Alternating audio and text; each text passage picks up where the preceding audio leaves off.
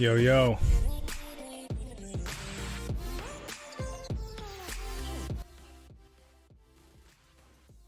Hello.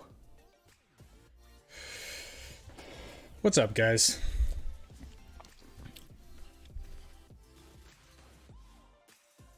Thank you for being here.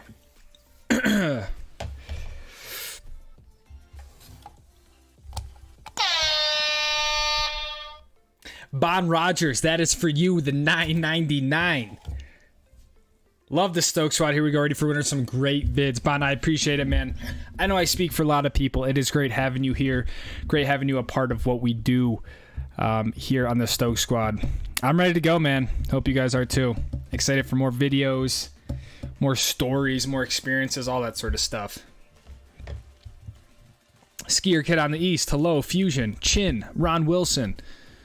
Chris Noddy. Jeff E.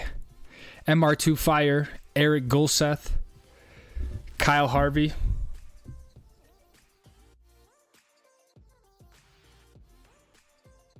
Cyrus the Great. Getting my first pair of boots, says Fusion. Any recommendations? My biggest thing is getting fitted. I would definitely, if you can, go to a boot or a ski shop, get fitted, because a lot of boots will have various widths of the boot. It might be the same boot, but they might make a narrow one, a wide one, stuff like that. So getting your feet truly measured will make a big difference. And then looking at things like, are you an aggressive skier, more of an intermediate? You can look at different flexes, 110, 120, 130. They're coming out with the new BOA system if you're into that. But a lot of it is just going to be what's comfortable for you, what fits well for you. And like I said last week, definitely you want the boot to feel tight, especially at the boot shop. It shouldn't really be comfortable. Put it that way.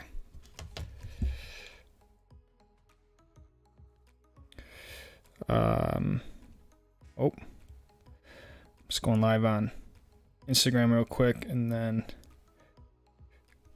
date title. Live. What boot did you get? I got the Salomon S Pro. I got the whole shebang done on Tuesday.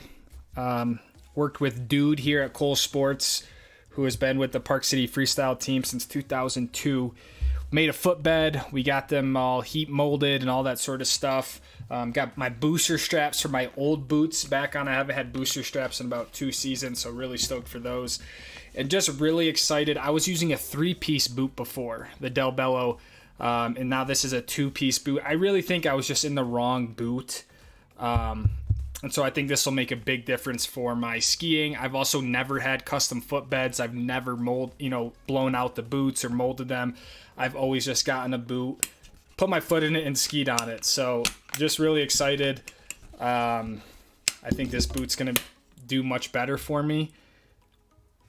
And that's the deal. The only bummer is that I wanted to get the 130 flex, not the 120.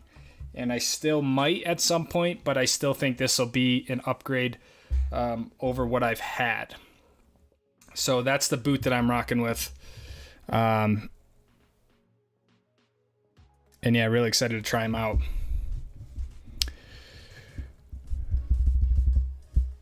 What's up, Roberto? New Armada Strangers, nice. Hell yeah, Roberto. I just ordered some new Armada stuff. I should be coming out with the ski gear video next week. I've just wanted to wait till I've gotten everything taken care of. I'm now taking all of my skis into Cole Sports and just having them do micro adjustments for the new boots. So I'm dropping those off tomorrow night, and hopefully I'll get them back. But yeah, even though like the size is technically the same, there's still just little things with forward pressure and stuff like that. So they said they'll hook it up, and I'm also getting a new set of skis mounted. So all that sort of stuff.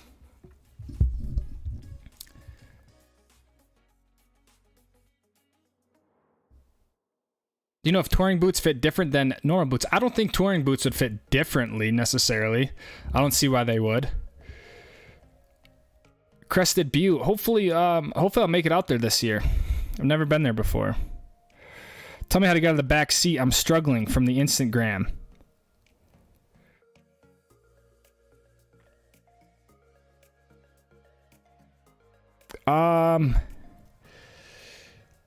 Something that I always remind myself and tell people is just always keeping those hands down the hill. I think as soon as people get that, especially that uphill hand, like dragged behind them, you're almost instantly in the back seat, and it's usually really hard for people to get out. So I always am pushing my hands down the hill. That's something that I tell myself, especially that uphill hand. I'm always punching it around, and just that typically keeps me aggressive on the front of the boot, reaching down the hill and out of the back seat. The back seat is definitely the one place you don't want to be. So always kind of think about the hands.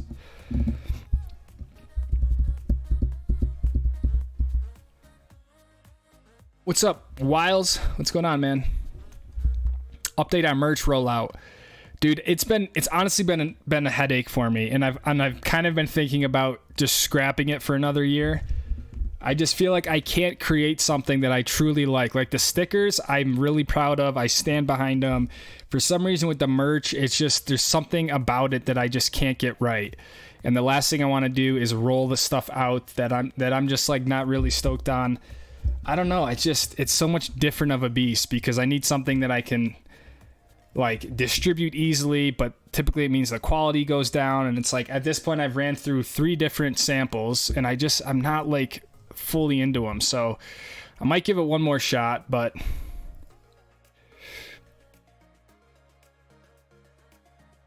moving to Salt Lake, let's go. Do you think you mastered the sport of skiing? Absolutely freaking not. Absolutely not. Levi, thumbnail for the stream looks dope. Thank you, man. I love you, says Skier Ken. At least I love you too, man. Home in Park City with the new Sollies. Fitted my guy. About time. I know. It's been a while. I can't believe I haven't gone this long without him.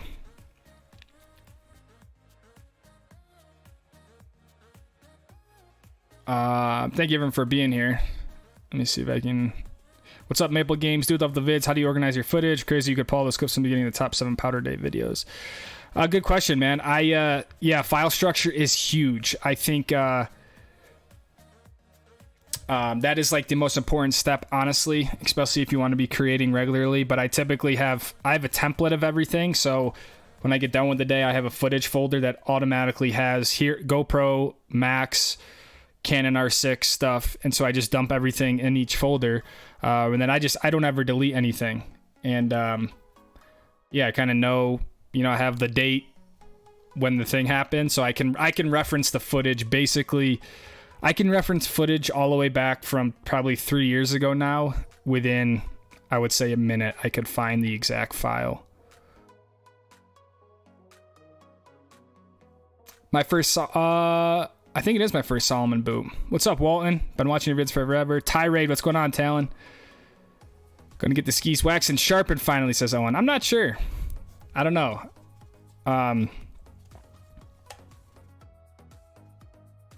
Rat Mice says, any new camera gear besides the GoPro Hero 12? I have the R6 Mark II. I bought that probably a few months ago, but I don't have anything new other than that. Chris Noddy, the $9.99 new boot goofing. Yes, the new boots. I'm really stoked on them. Took me, I was in there for a good hour and a half getting everything fitted. I will talk a little bit more about these like when I actually do the gear video. I was thinking about doing a dedicated video. To be honest, guys, I'm just not good at gear stuff. Like, I don't know gear very well, so it's got the grip walk on it and stuff. I don't really need to use it, but really stoked because I think my other boots were just beat up. Chris, thank you for the $9.99.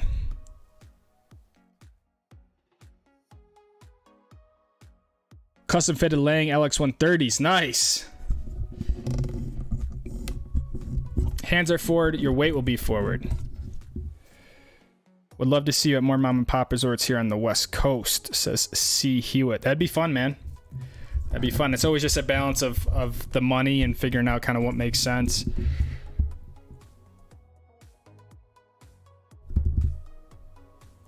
What's good, Mark? I have ARV 106, Chandler 120s with shift. Should I get a touring specific ski or carving specific ski? I can't decide.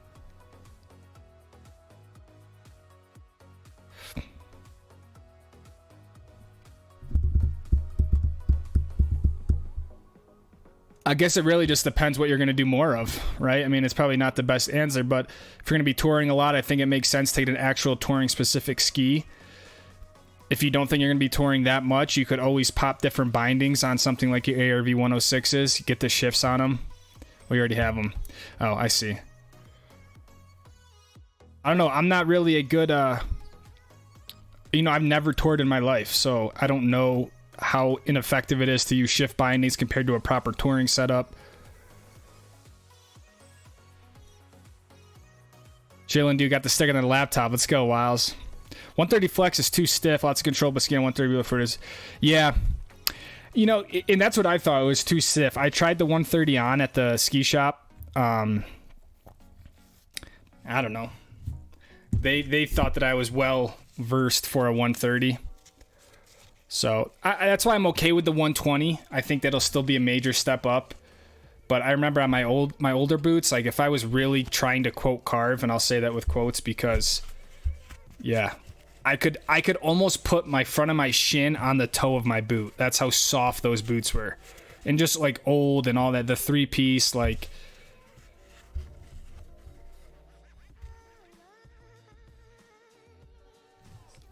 Be right rather than. Yeah, no, that's like, and that was my whole thing with the stickers too. Like people have been asking for stickers for a long time, but for me, the whole focus is the channel. It's the videos, right? That's what I want to do. So, and the last thing I want to do is put stuff out that's associated with my name and the Stoke Squad that I'm just not stoked on. There's a lot of stoke, but like this hat, for instance, I've been wearing this all the time, almost nonstop, and this is something I think is really nice. This is something I could get around putting out there. It's simple. It's something I actually wear, right? But yeah. It's tough. The merch is just really tough. I really need help with it, but I just don't want it to slow down what I'm doing here. I think between the videos and even the stickers, like I've been dealing with like the international orders and the stickers. It's like been kind of tough. So anyways, sorry if I've missed your comment. I am not trying to ignore you. Zach Kroll with the 1999. Thank you, Zach. Gotta leave a message, brother, so I can say something, but I appreciate the 1999. Thank you, Zach. Bon Rogers, Chris, and Zach, thank you guys.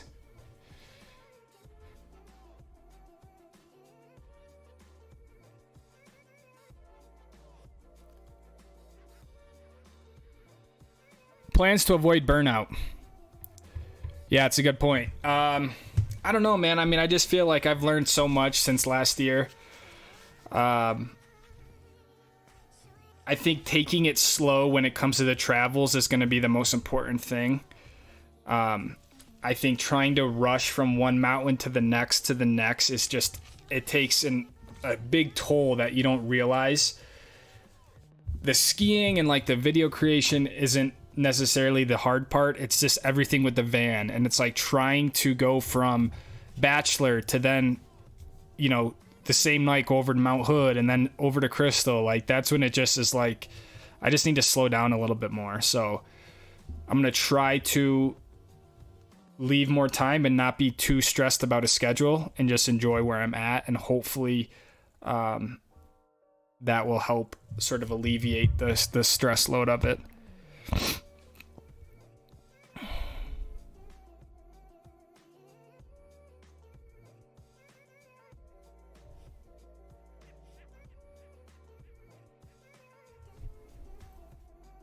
I don't listen to music while skiing. Flotation, what's the flex? They're 120s. 120s. Are you going to ski Jackson? Yes. Nuno! I want that boots. 14 months, Nuno. Thank you for the 14 months. I appreciate you, brother. And Crazy Sloth, welcome to the Stoke Squad.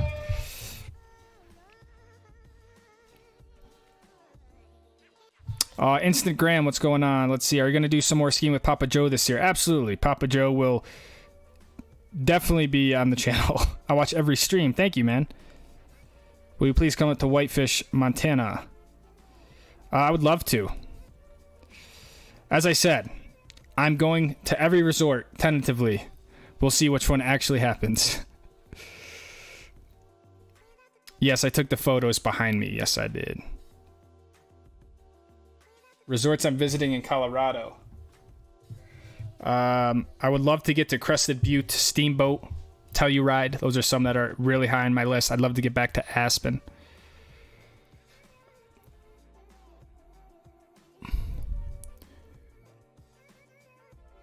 Aftermarket footbeds was a game changer. So much more supportive and comfortable than the stock ones. I'm stoked to hear that, man. It was a really cool process. Sort of get everything like molded to my feet. It felt kind of weird, but yeah, I think they'll make a big difference. I never really had boot problems at all. I don't know why. Like my feet never really hurt. My toes never get cold. So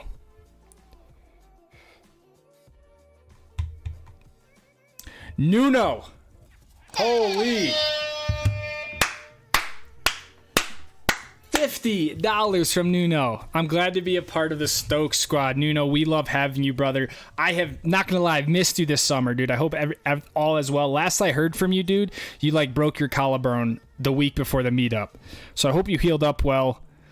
Thank you for the 50. Thanks for being a part of what we do here. And hopefully you can make it out to the meetup this year. And I appreciate you, brother.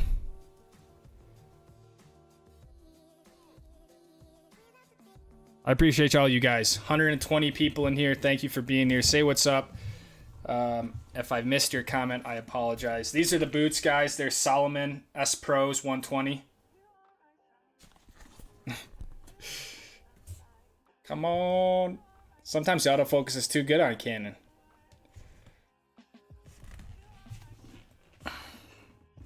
Nuno! Thank you, brother. I appreciate you for the 50. $49.99. We don't want to make Chin mad. I saw Zach's question in here, and he didn't leave one with his 20, so I want to get to that. What was the deciding factor that gave you the confidence, Will, to quit your day job to pursue YouTube? It's a good question. To be honest, I never quit my day job to pursue YouTube. It wasn't really that sort of thing. I honestly quit my day job with the intention to pursue freelance work. So from the time that I quit my day job till October, which was almost like 5 months, I was doing a lot of freelance real estate work. And that was honestly my focus. My whole portfolio was centered around that. I was reaching out to agents, like trying to build more of a video production business. At the time, I had taken a job that left me really well off going into October. So I was like, I'm going to go to opening day in A Basin. And then that was when I kind of saw what was happening. I was like, maybe if I just really go all in on this, I could make this work. And if not, I could still do my freelance. But as we saw last year, the YouTube just kind of took over and I never really went back to freelance stuff. So I never left my day job with the intention to just go pursue YouTube full time. It kind of, in a way, it accidentally happened, but I hope that answers your question. I think it's good to have backup plans and stuff like that.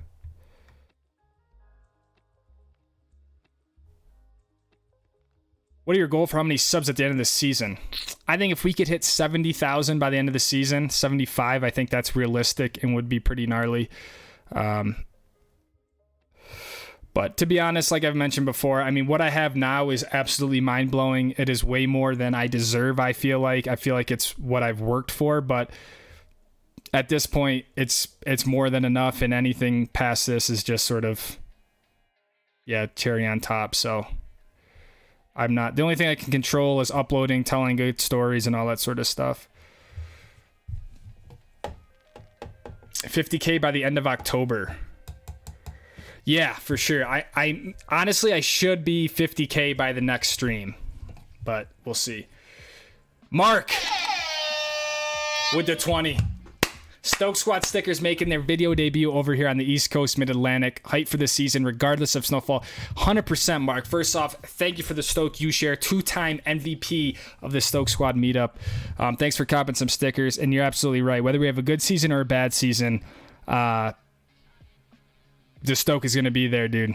Can't wait to see you in March, my friend. And I can't wait to see your videos as well, dude. Eugene Holman with the 15. Eugene, you stuck to your word, dude. You're here. 15, these streams are it, bro. Keep it up. Thank you, man. It's been fun. Guys, this is my 92nd stream, which is crazy. We're almost coming up on our 100th stream. I don't know if there's anyone in here who went to the very first stream, but it was called 20 Minute Stoke. The idea was I go live for 20 minutes and that's it. And ever since then, the streams have been one of the best things for the channel. So thank you for the 15, Eugene. Thank you for the 20, Mark. And Jay with the 5 gifted. Jay, keeping the streak alive. Jay, you do not need to do that, man. Everything you've done for the channel, continue to do for the channel.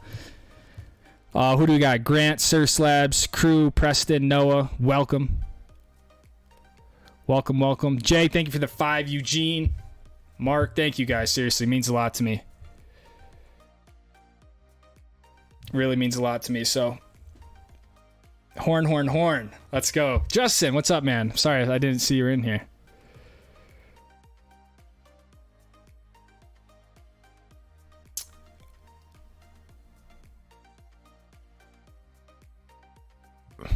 Yeah, Jan's in Park City's nice. Jan's, Cole Sports, those are all good. Love to see you ski Snowmass, Aspen, Highlands more. Me too, man.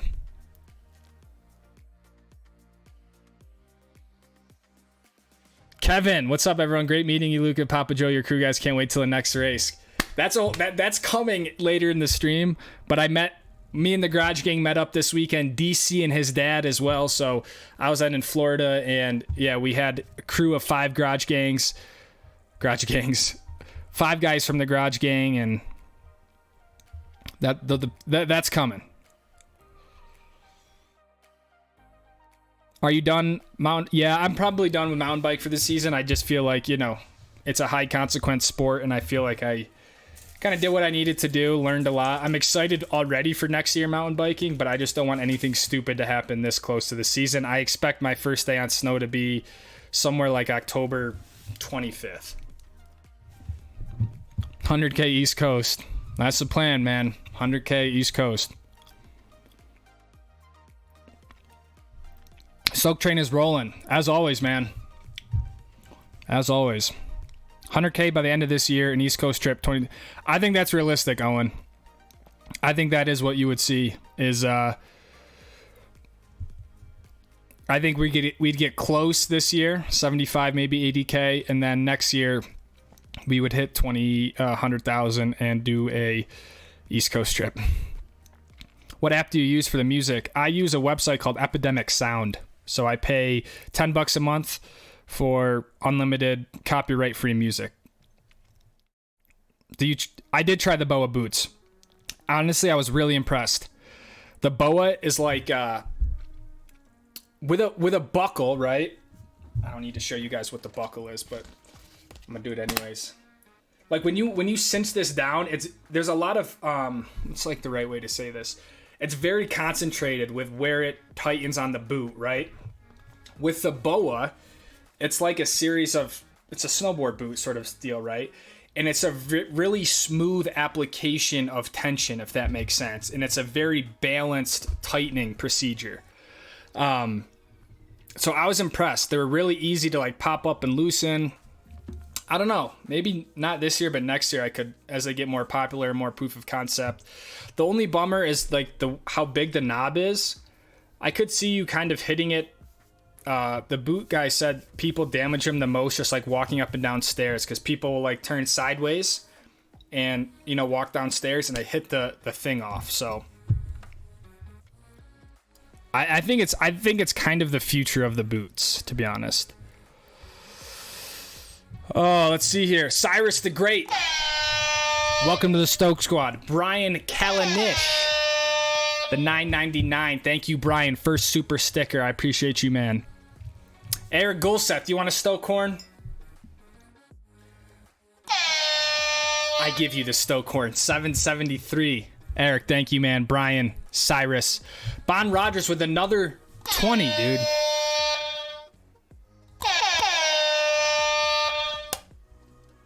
Freaking stow corn, man. This is the best thing I got, and will probably become one of the most annoying things.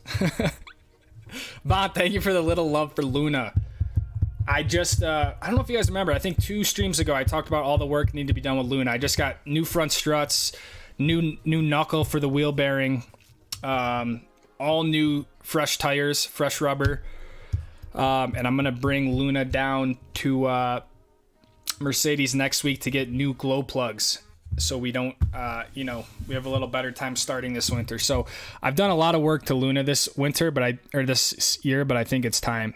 And my plan is to come out with a van tour video next week as well to give you guys a little bit more in-depth look on how Luna operates in the winter. Chase with the Canadian 5. Awesome videos, man. Chase, I appreciate that, man. Chase, Bon, Eric, Brian, Cyrus. Thank you, guys. Are you going to do any backcountry this season? I do not think so. I'm not really a backcountry guy. Predictions for East Coast this year looking good. I know. Looks good. Hopefully you guys get a great year. I think slowly predictions all over are looking good again. The man, love that you stay humble, but no one else is doing it like you do. Been a while since I turned to a live set. Shout out to the Stuck Squad. Adam, thanks for stopping by, man. I appreciate the kind words, dude. There's plenty of people doing it the way I do, but the thing is I'm just telling my story, and that's all I can do, you know? So we're not the best, we're not the greatest, but come to Quebec this winter. That'd be rad. I don't know if I'll find myself up in that part of Canada. Are you buying a mountain bike next season? Yes, I would love to. It really all just depends how the winter goes, you know, from a financial standpoint.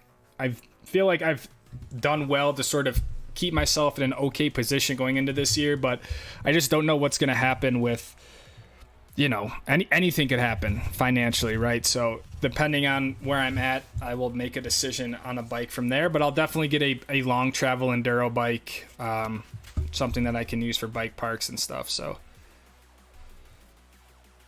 any reason you went with 120? The only reason I went with 120 is because the website that I get my boots from are out of stock of the 130s until the end of November. So that's why I'm saying I'm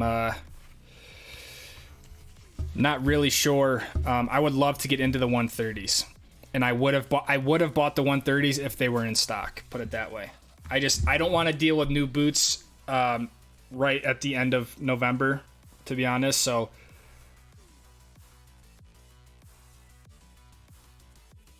Richard 975, the Australian 575, here for the Daily Stoke, ramping it up. Richard, thank you, man. Stoke is ramping up day by day. I appreciate you. Yes, they made the boot with BOA, yes, this year. That's rad. Definitely rad. I was honestly skeptical of it, but I'm honestly.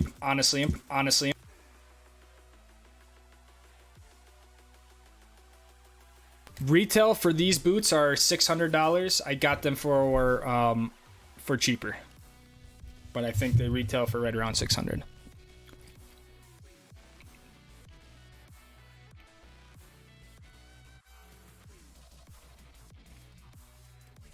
How big the knob is, Eric?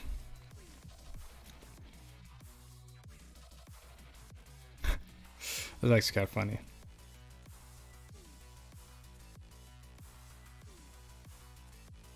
Getting down to North Carolina to shred over Christmas. Let's go, Mark. Regina, hello. I pulled 2 boas off, says Cody. I think that's gonna be sort of like the telltale. Like, how well does the boa actually hold up? What's up, MTB and Ski? Yeah. I agree, Chris. I keep saying, I was impressed by the boa.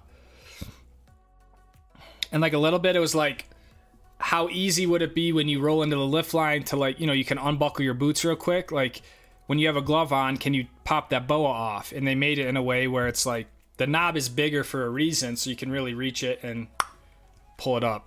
So, have you thought about creating a course about how to record and edit ski videos? I have not, to be honest. I don't know if it's... I don't know. I could make a video on it. I don't think a course, you know, I don't think I need to... I don't know, honestly, use the word gatekeep. I don't think I need to keep my knowledge when I've just learned it from other people. But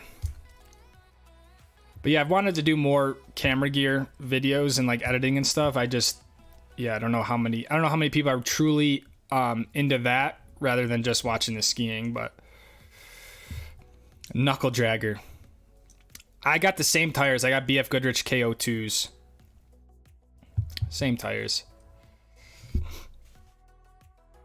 Yeah, I thought about picking up the boa, but still hesitant. Yeah, I don't blame you. I think it needs a season of sort of proof of concept. I mean, I know it has proof of concept in something like a snowboard boot, but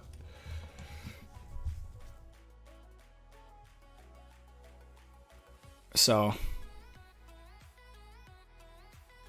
could you go to Mount Rose, my home mountain? Where's Mount Rose?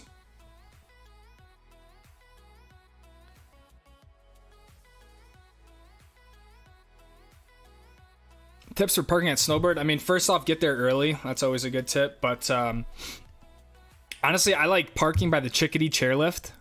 It's like you go past the main lots and it's almost like you continue on like you're going up to Alta. And then right on the right, there's like a series of parking spots. You can park there, then you just pop your skis on and you kind of ski like this little bunny hill right to the tram deck. It just usually people either park before that or they park after it near the bypass road. But I typically, if I can't get a spot there, I just go up to where the bypass road is. I just don't really park in that lower area. That's all. But yeah, just leave early is my biggest thing.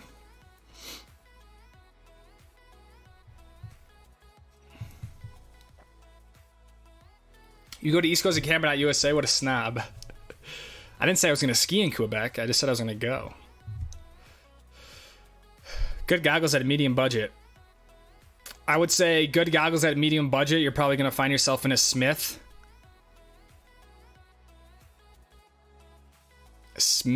Annan.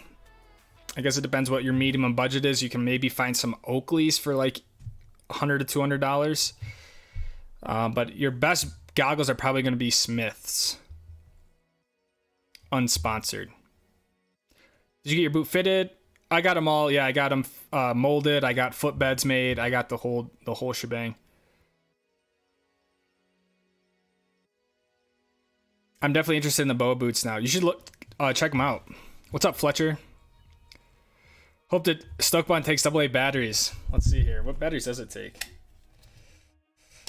I can't even tell. Oh. AAA's. It's all good.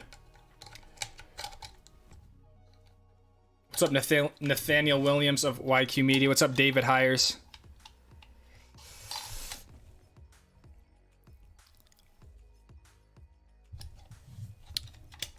Mentioned Boa's warranty was super legit. That's good. One of my things I am worried about is the parts and stuff. If you find yourself up in a more remote area, oh jeez, are they gonna have parts for it? I would love to ski Australia, New Zealand next summer. Make a trip out of it. Oh, yeah, I can't get this back on.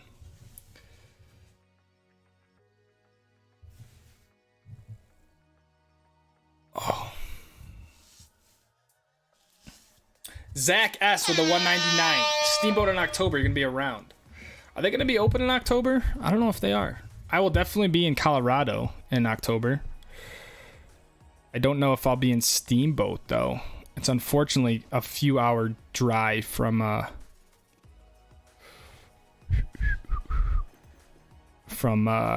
Summit County, I think, if I remember correctly. Quit my job, move out to Utah to ski this winter. Maybe I will see you out there. Hell yeah.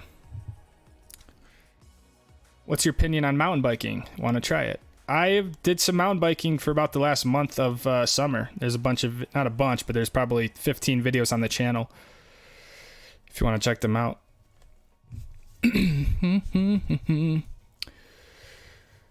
Could you explain to me how to move your feet to turn?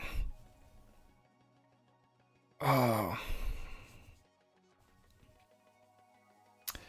I'm really not the right person to ask ski advice, to be honest. What I would say is I don't even feel like I move my feet to turn. I think it's more in the actual like knee roll and knee angulation, and the feet are just what's following it. But it's really more in actually, and I say this, but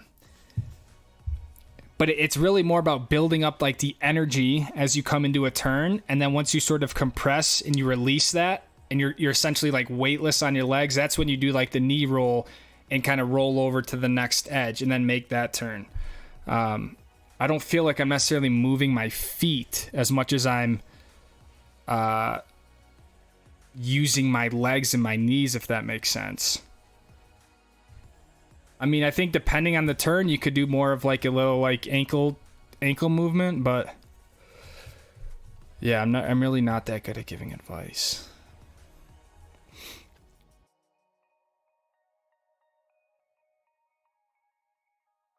You should make some more camping van life folks videos, so I'm doing big on YouTube. Yeah. How's this go on? Watch your ski resort ranking video. Why did Jackson Hole not make the list? Probably the most common comment. That video only included mountains that I went to this past year. Because I didn't go to Jackson Hole, it was not on the list. I think a lot of people confuse that video with a comprehensive or exhaustive list of the top resorts, and that's just not what it is.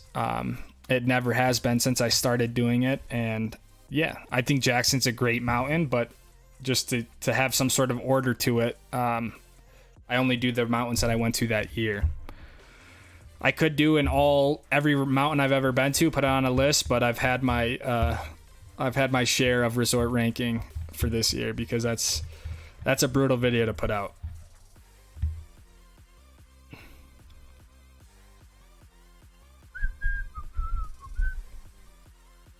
Love the hat. Rock around the golf course. Yeah, it's a 5-panel. I think most people are used to 6-panel hats, but I just don't feel like I look good in a 6-panel hat. I don't think I look good in this hat either, but at least I can wear it.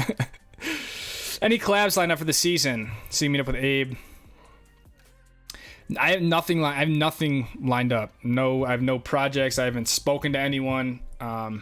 Just gonna do what I do, and hopefully stuff comes up as that happens. With that being said, I think you will see some stuff with Abe and I, hopefully. But I have nothing planned, and keeping all my options open. I'd love to work with Deer Valley again.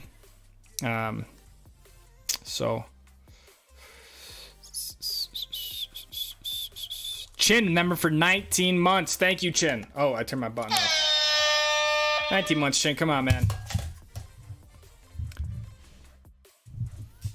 Any changes or goals you plan on implementing in your videography editing this season? You know, it's a good question. I've been thinking about it because I'm like, how can I keep what I do interesting so the stuff doesn't get old and boring?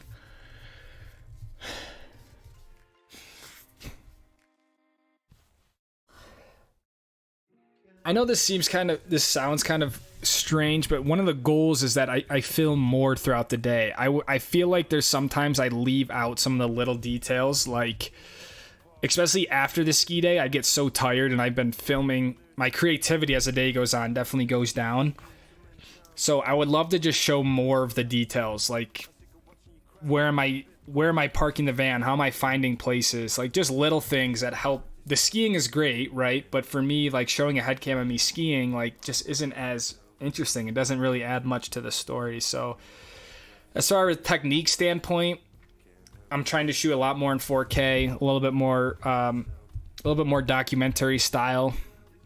And I think just the new equipment that I have will naturally lead to some different styles and stuff like that. So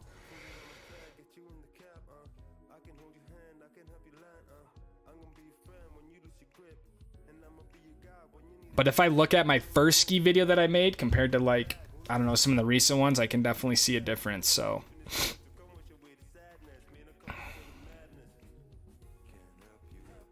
But I'm open to suggestions.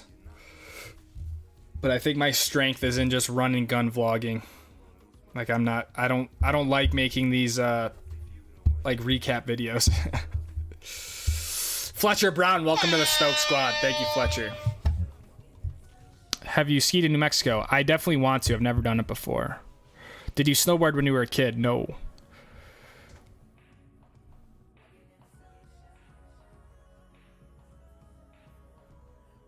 Nathaniel Williams.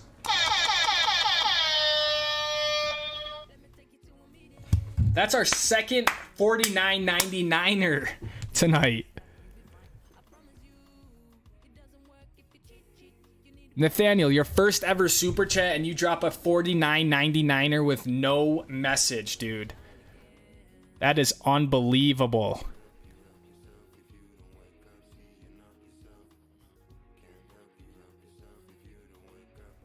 YQ Media Inc. Nathaniel, thank you for the 49.99, dude. Jeez. Jeez.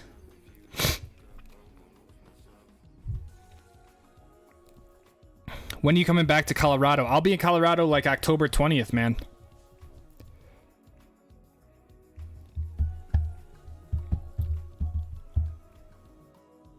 Jason, see me go with the 4.99. Save your old boots. I was fitted for Solomon's last season. Thought they were going to actually went skiing. Oh, bummer, man. Yeah, I'm definitely not going to get rid of my boots. I'm going to take them with me. But yeah, I'm hoping for the best. They feel good when I wear them, so. Eric with the 222. Arkham or Parkham? I love it, dude. And Jason, remember, for 6 months. That's a lot of Stoke buttons, guys. But everyone deserves a Stoke button. Counting down the days, man. Jason, stay for the 6 months. Eric, 222. Jason, 4.99. Nathaniel Williams, 49.99. Absolutely unbelievable. Holy cow. You guys have been ripping tonight.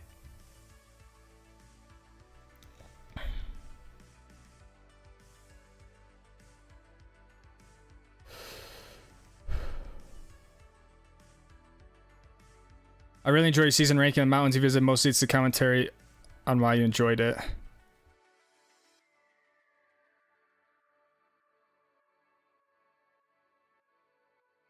Knee surgery on Monday.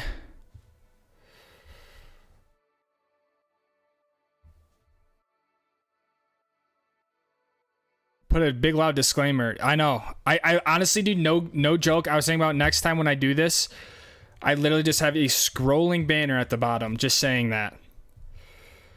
Because it was so frustrating. Oh my god, I can't believe Jackson Hole didn't make the list. Oh my god, no Grand Tarkey, no Big Sky. This guy is incredible. Or not credible. You go on and on with that video. It's great. It's fun.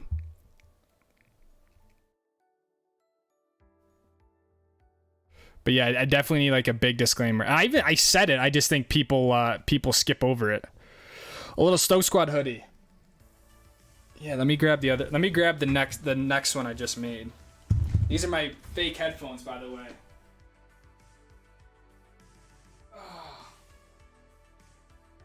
Oh, that's my Armada one. I don't know where the first rendition went, but I can show you guys this one and kind of my thoughts on it. So I got a different hoodie. I got a heavier weight hoodie. More expensive, but I wanted something that's going to be obviously heavyweight for winter. And again, it's just very simple. It says Stoke Squad on it. It's bigger. The other one was smaller, so I made it a little bit bigger. And it's embroidered. So it's really nice, but I think when it gets bigger like this, I don't know how much I love the embroidery rather than like a screen print. It feels like it's kind of, I don't know. Because on one hand, it's nice. It's going to hold up the best compared to a screen print. And then the other little design, or the little thing, is it's also embroidered on the sleeve. So again, everything's very minimal. There's nothing super crazy, but I don't know. I don't like love them to sell them. I like them to wear them, but I don't know if I necessarily want to put them out yet.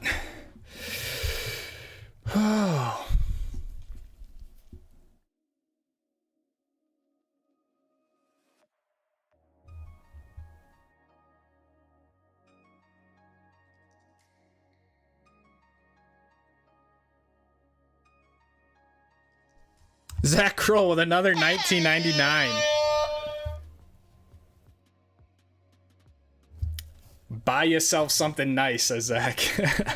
Zach, thank you, man.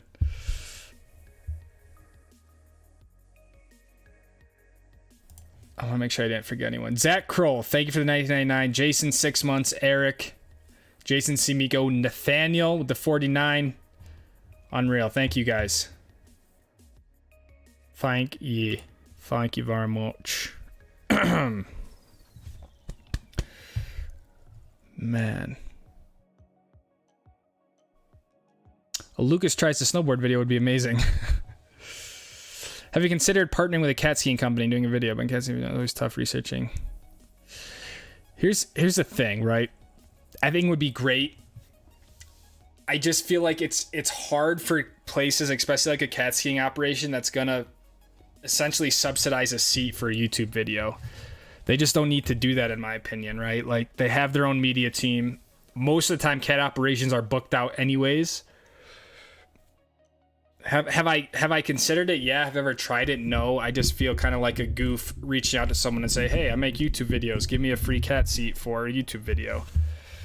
If they approach me, like, sure, I'd be down for it, right? But I don't know. Maybe it's just more of a confidence thing, but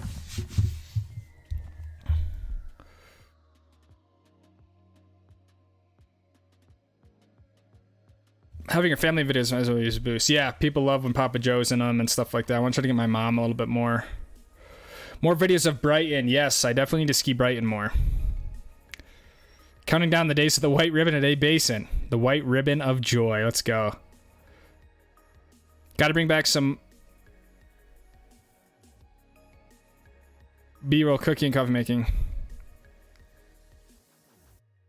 We see you're tired. That's a great point, Chen. That's honestly a great point.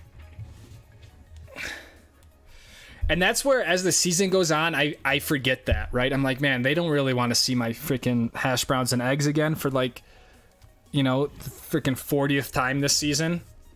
So then, like, I slowly kind of omit stuff, right? And then by the end of it, it's like a lot of the pieces that I originally put in there aren't there anymore. So it's quite literally like always rolling the camera. It's like always having that camera with a lens ready, battery, like ready to record.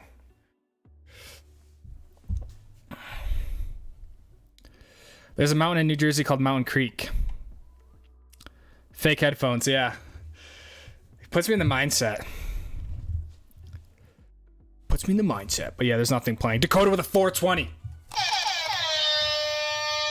Dakota freaking Ziegler. Definitely need a hoodie for our 2 weeks of winter here. Dakota, we'll get to the Sebring. We're gonna give the Garage King a little bit more time this stream towards the end there. But Dakota, thank you for the 420, man. 2 weeks of winter. Yeah, he told me it gets 40 degrees, man. It's cold.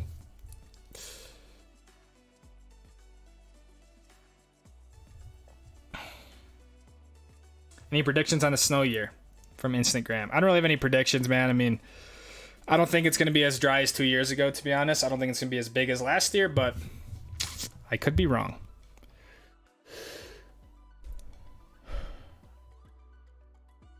Looking forward to the whole ski day vids. Trip, coffee, breakfast, gear, parking lot, first chair, the formula.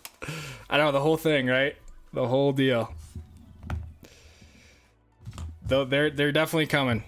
The whole thing.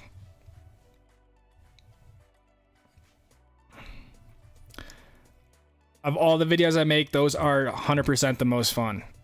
Even when I just put together a ski video of just skiing, I'm like, this just feels empty. It feels hollow. Embroidery is the best. I agree. I think embroidery is definitely the better quality. I think when I think of like my Armada hoodies, which are screen printed, it's like big and screen printed. Like, I like those as well, so...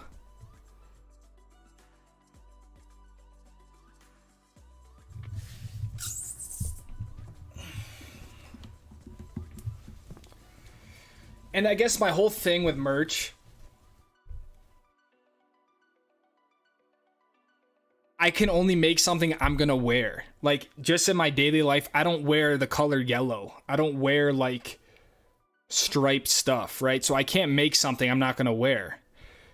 Honestly, the stuff I wear is either black or like gray. It's very minimal. So I'm like, okay. And I don't wear stuff with a lot of logos on it. I don't wear stuff that's super patterned. So that's why nothing is, what you see is what it is, you know?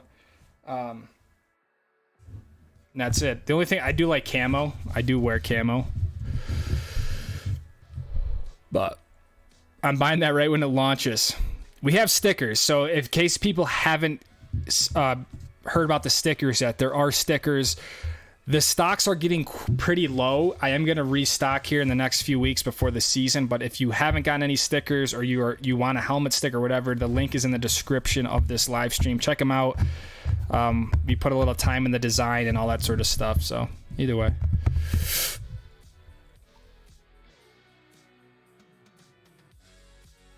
I'll buy a hoodie either way. I'm definitely rocking the stickers on my ski and downhill mountain bike helmets. I know I need to get my mountain bike situation better.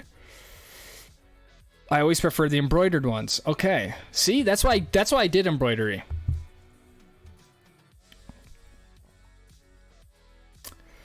How do you start your merch brand? Well, I wouldn't really say that A, I've started it, or B, it's necessarily a brand right now. I mean, as I do this more and more, I think making something bigger than my name is important from a longevity, scalability standpoint. So that's why I'm leaning a little bit more into the Stoke Squad name of things rather than like my name on something. Whether it turns into, you know, a full-fledged company where I teach kids about how to self-produce film, you know, action films or something. I don't know. I don't know what it's going to look like in 10 years, if it's even still going to be around. But just trying to set up the foundation for stuff in the future. And I think Stoke Squad is better than my name. That's all. But is it really a brand yet? I don't know. So, what's up, Joe? Stoke Squad stickers in the car, ski helmet, laptop. Let's go, Bon. I love this photos that you sent me. Guys, send me an email with the if you've used them, send me a freaking Instagram DM. I'd love to see you guys actually using the stickers. I'm skiing right now at Brian Head. Slopes are open. Are they?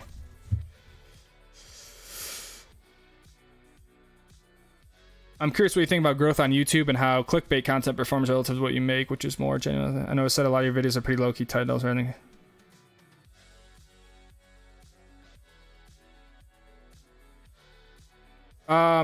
Good point, Nova. Yeah, to be honest, man, I've always been about slow and steady and genuine and just like consistent. Like, if you've looked at it, and I don't want to say that some of the video 100,000 views is low, but we've never had a video perform over 175,000 views. It's not like I've had a million view video. I would just rather build what is going on right now in this live stream, which is 100 people who are engaged, in tune to what's going on, and I think that's more important than trying to clickbait a title just for clicks. I don't need to do that. I think people see through that nowadays, and that's just never been my strategy. I've taken the long, I mean, it's been 5 years, 500, almost 600 videos. I've taken the long approach to it, but I think it's got a better foundation than someone who just tries to get clicks, right? I just don't think it leads to that. And then when I do say something to you guys have a better, you guys trust me, and I haven't even met 98% of you guys. You have a better chance of trusting me than if I'm selling you something, whether it's in a clickbait title or not, right? And to be honest, I can't hit a 20-foot drop double black run, so that's why those titles aren't that. But I think people try to find growth tactics and growth tricks, and they haven't put time into the fundamentals yet, which is consistency, discipline, good quality visuals, good sound, story, right? People try to jump to the end without actually having the beginning. And I'm still learning it, you know, like I'm still working on that every day with my videos. So I'm just not, and that's why when people mistake me for something, it's extra hurtful because I know my truth and I know where I'm coming from with it. I'm not trying to deceive anyone. I don't have an ulterior motive other than what you see in the videos, you know? So I hope that kind of makes sense. I'm just not, Yeah, I just don't need to clickbait. And I'm glad that, oh, my music went. I think we have reaching a pivotal point of the channel. I think after all these years, this year is going to be the most important one. And I'm glad that I've done it the way I have. So, could be wrong, but that's my take on it. I think people start YouTube with the wrong intention. You have 50,000 followers, a 670 cat seat is cheap advertising for them. Your videos are a lot better than their media team. I appreciate that, Seth. I guess, yeah. I guess I still don't really understand the magnitude of 50,000 on YouTube. Because to me, it feels like I just hit 1,000. But, yeah, we'll see, man. I'm just not... the place where I lack is selling. Like, I have a hard time selling myself, you know? I'm just like, I'm a little bit more passive there, and I'll just keep doing what I'm doing, and I'm sure the Cottonwoods will be just fine. I agree.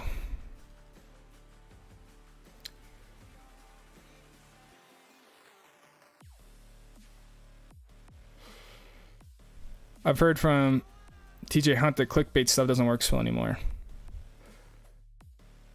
I mean, I think it would probably work to get the click, right? I mean, you can click on it. I just think, I don't know. Everyone's got their own strategy. Everyone's got their own thing. I'm no one to judge someone else on how they do it, and I have nothing but respect for people who put their work on the internet, create stuff, you know, and are trying to do it, because it's not easy, you know. And again, that's why it's so hard to take the criticism and people who just hate, because it's like, I'm trying it. I've put myself out there, you know. So how many first chairs did you get? I got a few. I honestly don't ever stress for first chair, because it's just like, one, I have a hard time getting out of the van in the morning. A lot of times I don't get on the mountain until like 10:30. I'll get to the parking lot at like 8, but I'm not actually on the mountain for like a few more hours. But Brandon S, the $4.99. Sorry, I didn't see your thing there. Nice job in the Montec video. Sorry I'm late. How did you select your boots? Did you go to a fitter or get any help? Yes. Yes to both. Where are my boots? I will show the boots again now that we're like halfway through for people who have missed the boots. They are Salomon S Pros 120. They're the narrow fit. I have a narrow foot. So I got custom footbeds made. I got them heat molded and all that sort of stuff. I added my booster strap. Yeah, so first thing I did was I went to the fitter for the day, and I just got fitted, kind of talked to him about different boots, what my foot is like, and then I left, I bought the boots, and I went back, I set up an appointment and actually got them all molded, you know, but I spent the first time going just fitting my foot, if that makes sense. So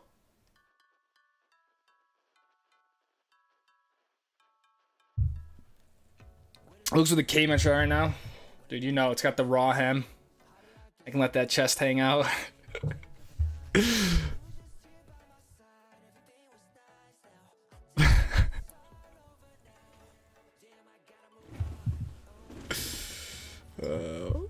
What's up, Amanda? Long time no talk. Hello, hello. Cole Logan, love the vids. Thank you, Cole. Anyway, to spread the stoke, it's a good thing. Agree. So I saw the next version of Hoonigan. No way, man. Is it worth getting some cheap used Armadas? I don't know. It just depends kind of what condition the skis are in, and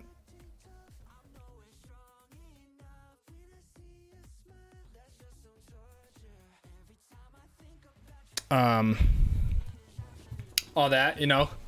If you want Armadas, I mean, you can usually find a good deal on used skis, especially if people haven't used them a lot. But I think it would be better getting last year's models that are new. $49 ought to be the max on a hoodie. That's the break point. Just saying. Yeah, I agree. That's the thing. I'm not trying to make money on the merch. You know, it's really hard to do. So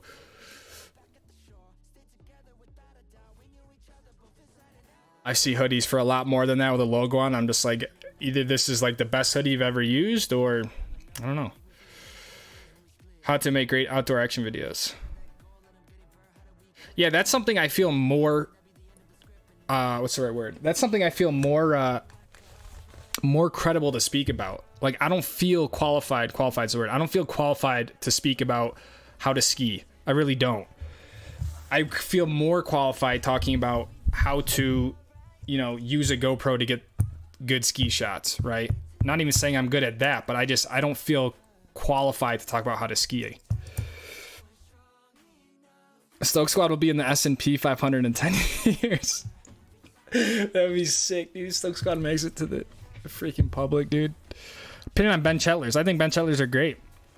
He's obviously one of the best skiers in the industry. Yeah, Ben Chetlers are great. I don't have any problem.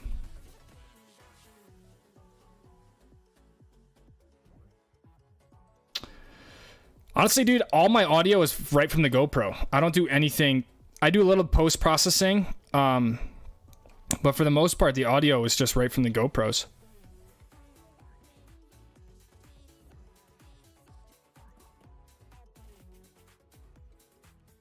Got my QST skis and some look pivots. Let's go.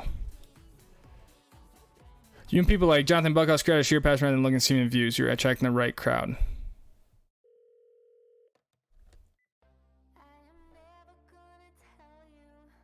Thank you, Zach. Yeah, I have nothing but respect for Jonathan Buckhouse. I mean, the amount that dude has put into his channel, the amount of videos he puts out, that's a lot of hard work. So it's always an interesting thing, because a lot of people who are able to do YouTube full time, they start because of the passion, and then you reach this point where the passion has now become the way you earn your living. And so it's a delicate line that you walk, because you want to retain that original passion that you had for it, but it's starting to become the main way that you pay your bills, right? So it can start to mesh together a little bit, and I think being able to navigate that is important. Lucas ain't no Jordan Belfort. That's why he didn't put the NBA to use. You know, you're right and you're not right. I mean, I'd like to think I subconsciously put my MBA to work, just from a more of a business perspective. I mean, but yeah, you're not wrong. I use the MBA more than I use my degree in biochemistry, put it that way. Passion and quality of videos are amazing. Noah, thank you, man. If you do it right, you can make way more selling merch than YouTube. Jason, see me go. I know. I agree. I think I even saw that with the stickers. I was very surprised with how well the stickers did, and the profitability of the stickers. So I'm sure that even something in merch is just better. And I think it's a natural progression, right, to just diversify the revenue streams. Yeah, I don't know. Part of me just feels like I'm just not fully there with it. So, most authentic out there, pure stuff scores. I appreciate that, Mark. I try to, man. I try to just share how it is, and yeah, I know it's not for everyone. I know a lot of people don't like me because of that, right? They say I'm faking the stoke or something. It's, you know, whatever. Here's the thing, right? If I were to if I put out we'll call it a movie or a video, whatever you want to call it, right? I would rather, and there was 100 people who watched it, I would rather have 50 people love it and 50 people hate it than have 100 people just be like, yeah, it was pretty good. You know what I'm saying?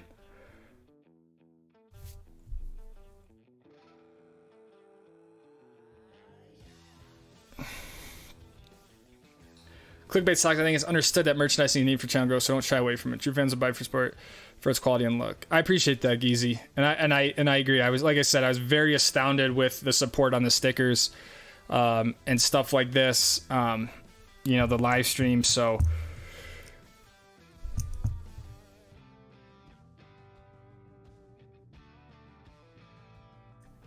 So yeah, that's why I say, like, I don't know what the future holds. I don't know where this is gonna go, right? But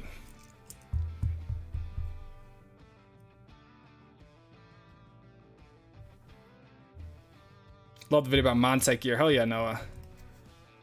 I use Photoshop. I create all my thumbnails myself, and I absolutely hate thumbnails. So, like, if I could eliminate one part of the YouTube process, it is the thumbnails. I spend all the time on the video, and I'm like, oh my god, I need probably the most important part of this is the thumbnail. And it's like, if I forget to shoot a thumbnail, now I'm like trying to find a screen grab. And I can't. Some people love thumbnails. I wish they were just someone did them for me, because I think my thumbnails suck. I think I could get more views if my thumbnails were better. And it's the last thing I want to do. I feel like a lot of your viewers are what's next people, like me. Next adventure, next run. You know what, Seth? I'm timid to do backcountry because, one, I don't want to promote something that is like, I don't know. I always want to lead by example, and I don't want to do something that people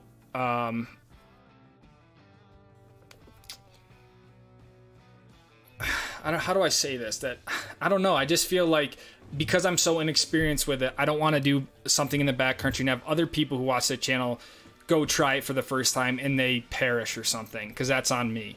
And I also think the backcountry community is its own beast, right? And I just don't think I belong in there.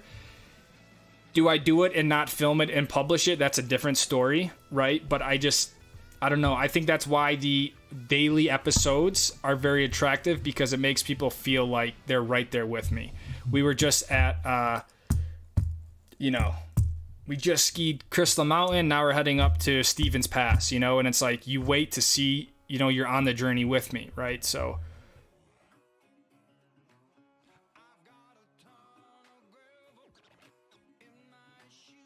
I would buy new boots, Justin.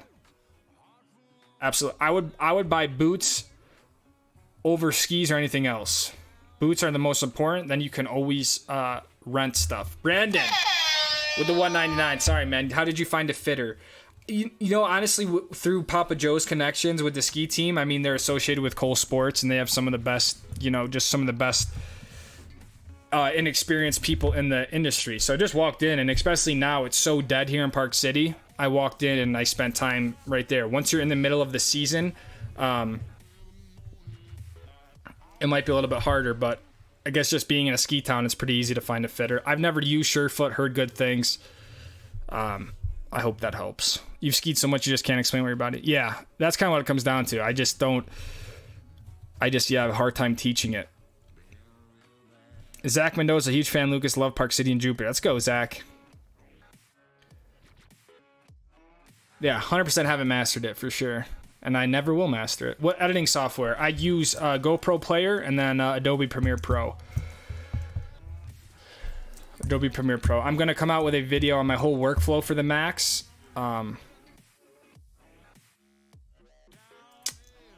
think that would be helpful, but the Max is really meant to be used with Adobe Premiere. How do you ski steep trails? Reaching down the hill, I mean, is kind of my biggest piece of advice for people. It's something that always helped me when I was little. If you get that up, like, I'm always thinking to like punch that uphill hand down towards the mountain. Is it the right advice? I don't know. But for me, it keeps me always reaching down the hill. A lot of times people get in steep terrain. They get in that snowplow. They kind of get their hands down, and now they're trying to like snowplow turn the way around, and it just doesn't work,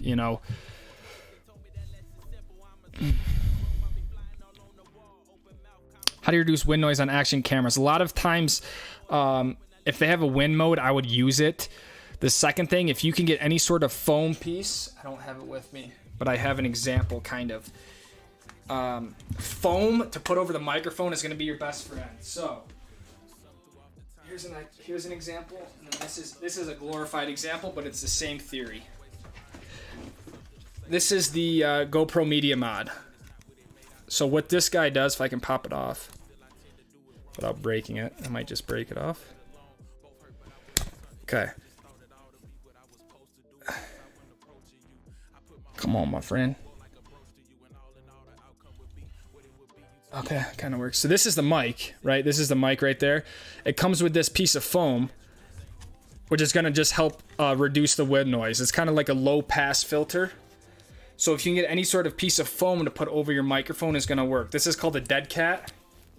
Okay, this is a different mic, but same thing. This is the actual mic, right? This has nothing to do with the actual audio. This is just something to block the wind.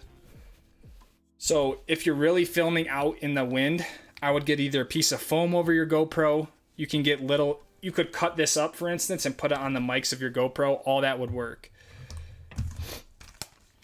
But then there's stuff you can do in post-processing, but honestly, trying to remove wind noise in audio editing is a nightmare. It never turns out well.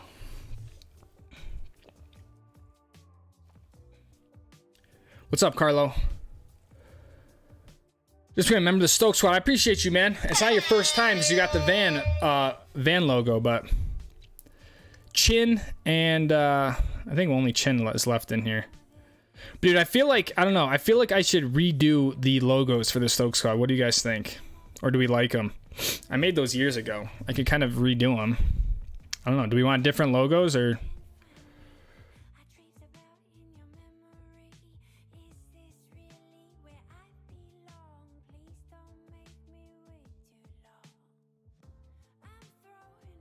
What zipline goggles do you have? I have the Podiums. Zipline Podium XT.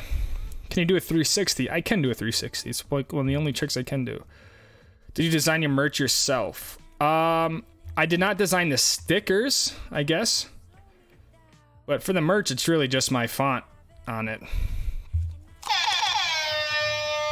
Carlo with the $10 for Lucas. Carlo, I appreciate you, man. And Chin with the 463. Drop the hair care routine. My ears are really warm for some reason. Dude, to be honest, I don't do anything for my hair. I mean, I shampoo and condition it every day. I'm one of those people who I have to wash my hair every day. I try to brush it. I'm gonna get a little trim. I think I'm lucky to have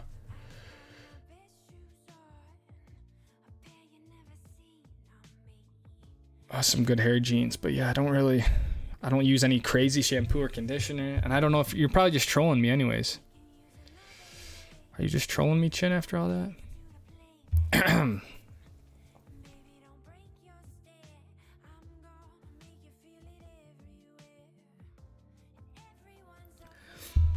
Oh, kind of a random question, says Z-Man. Do you buy into plan trips ahead of based on long-term weather predictions? To be honest, dude, I don't buy any long-term weather predictions. I think it's tough to predict the weather on a long-term basis.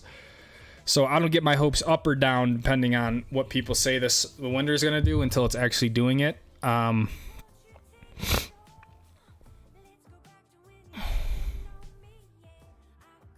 Here's my thing, and I think this is probably a hot take. If people have one trip out west and they've never been to Utah, I would choose Utah every time because I think of all places, it's the most consistent snow. Sure, you can go to California on a big snow dump, but the next day it can be Sierra cement and really hard to ski. So I think even if it's El Nino winter and they're predicting better conditions in the south of the west or something, if I had one trip and I'm an advanced skier, I would go to Little Cottonwood Canyon. 100%. And I don't think you would ever have a bad time there, even if it doesn't snow. Got hooked. I've skied 20 days. I'm going to get more days this season. Keep the stoke up, dude. You're an inspiration. Thank you, man. Well, stickers have international shipping. To be honest, dude, they had international shipping. I took it down today. The stickers, the issue I'm having with the stickers, once I send them, I really have no way of knowing where they are. And there's been someone in Germany and someone in New Zealand who's just said, I haven't received my stickers. So to make right on that, I'm sending them more with a UPS priority tracked envelope. What I didn't know was each envelope was $43. So it cost me nearly $100 to send them stickers. And the stickers, there was a $5 sticker that I spent $40 on. So, and a lot of it, what the post office is saying is once it gets to Germany, I have no control over it. The U.S. Post Office has no control over it. So I don't know the right answer with international stickers, because I had the international postage. It's $1.50. I sent it as a letter. Some people received them. People received them in the UK, Australia, New Zealand. I just don't want to be in that situation again where I'm spending almost $50 to send a $5 sticker. I need to do it because it's the right thing to do, but it's tough for me to, I don't know if it's worth it, because I can't have that happen again and then I spend $50 trying to send someone stickers.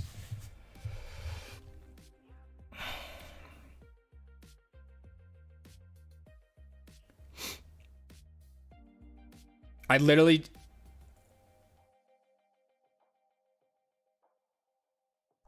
just changed that today.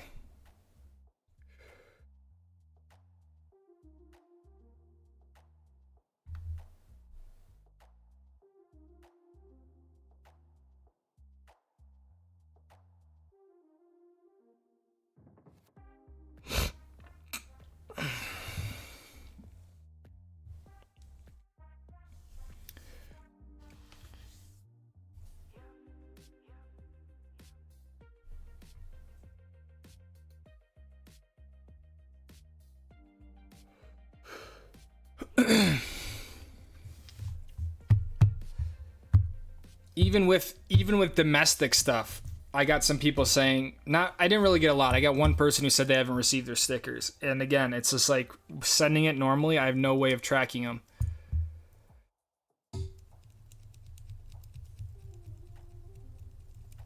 Gonna send any clips this season? This is the second time saying that. Probably not, man.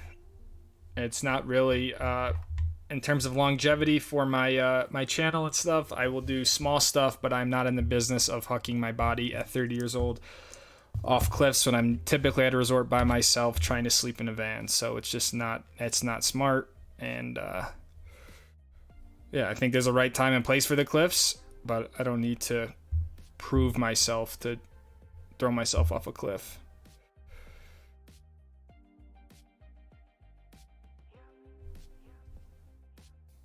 We all believe in you. Hope you can feel that. Kathy, thank you. I appreciate the support. You've been around for a while, and I appreciate that.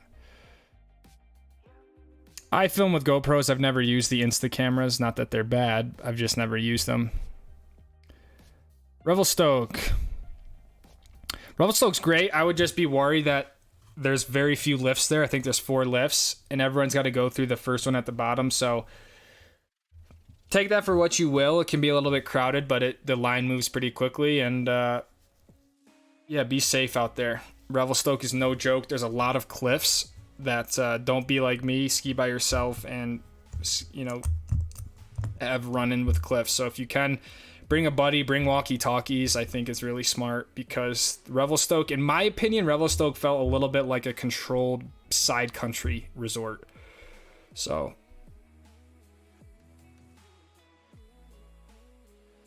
how you got blessed with being able to ski every day, I've always wondered. Yeah, I mean, it definitely wasn't something I've always been able to do. For a long time, the channel, I was just going skiing on the weekends, I was working during the week, then I'd go on a weekend trip and ski, and then that just did that for 2 seasons, and the channel grew to a spot where I, was able to ski every day and make the videos, but a lot of people mistake what I do for just fun and, skiing around, but it is a lot of work. If I don't make the videos, I can't ski every day, put it that way, right? So I couldn't just ski every day and not post to YouTube. YouTube is the way that I support myself to ski every day. At this point, just about everything I do, the ski boots I buy, the ski mounting, all that stuff I can write off because it's all tax deductible for the business that I do here with my YouTube channel. So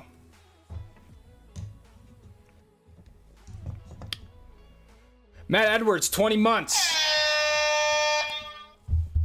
20 months, Matt Edwards. The Matt Edwards.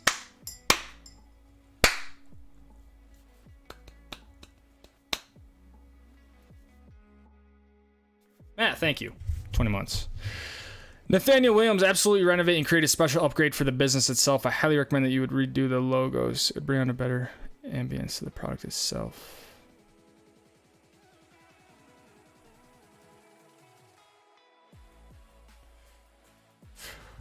A better ambience to the product itself. Huh. I can do the thumbnail if you want. I'm all down for it, dude.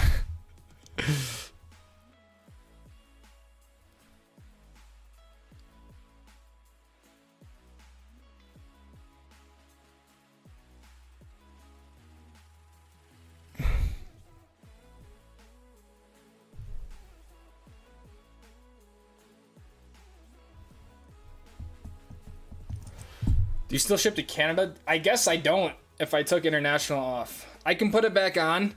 I can put international back on, just standard post. I don't know what to do when people say, "Where's my sticker?" That's all I'm saying. And it comes back to me, right? I have no way of knowing where your sticker is once I send it.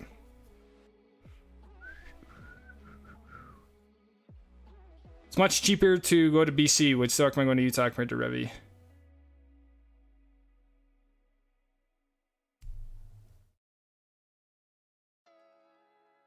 As Canadian, I mean, from a terrain perspective, Revy and Kicking Horse are going to be sick. I guess it just depends on the snow. Depends on how much snow they've gotten that year. I think the snow is going to still be a lot better in Utah. But to be honest, if it's cheaper for you to go to BC, I don't think you'd have a bad time at Revy, Kicking Horse, other stuff on the Powder Highway at all. So.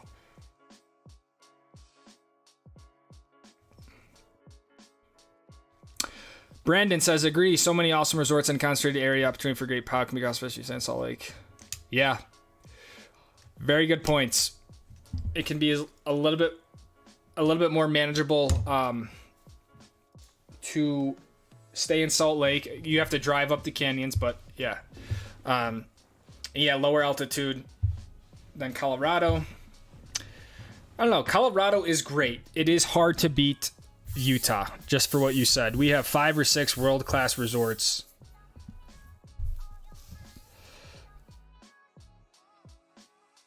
FedEx. Does FedEx send just like normal letters?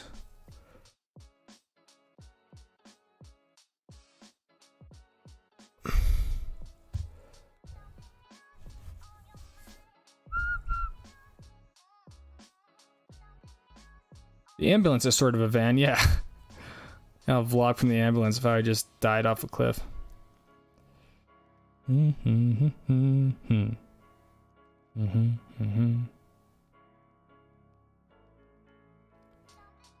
Any goals for this coming season? Ski a lot of powder, make a lot of videos, have fun. That's about it.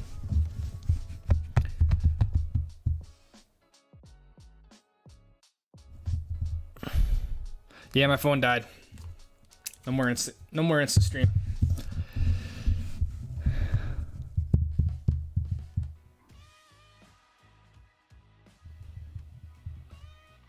Killer's thing at 10,000 feet, but worth it. Jeez, man, 10,000 feet is brutal. To sleep there, dude, man, I could see going up there during the day and whatnot, but to sleep there.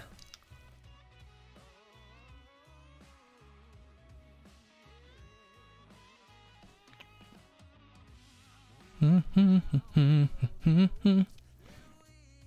do a lot of work with Photoshop. I could help you with your thumbnail if you want. Yeah, I mean, send me an email if you're serious. We can go from there. We can talk offline about it.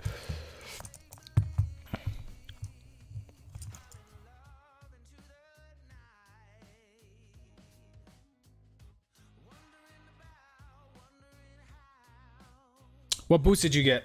I got Salomon S Pros. Oh, no. Yeah, S Pro. Oh, dude. That 1.4 aperture, man, it's making it hard. S Pro Alpha.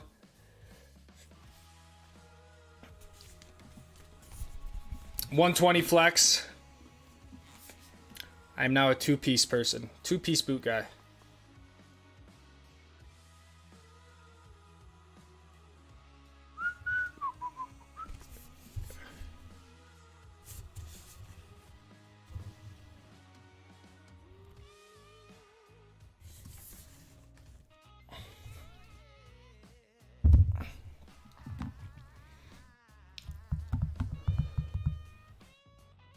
If they don't get the sticker, just refund them instead of paying for it. Yeah. I just feel bad. It's like, to me, and this is not a smart business move, but to me, it was more important to get the brand out there. If someone just wants the stickers, like I don't need to make the money on every single one like that, you know? To me, it's cool to have, that's my only sticker in Germany, right? So it's like, and like one of two in New Zealand. So it's just cool to see the stickers in these other countries. So to me, it was, yeah, I know I didn't have to do that, but what state will you ski when you do the East Coast trip? I'm sure I will try to ski New Hampshire, Vermont, Maine, West Virginia, maybe Pennsylvania on my way over there. It wouldn't be limited to just one state. If I go out there, I'm going to do a tour. Would you think a trip to Utah or Colorado would be cheaper?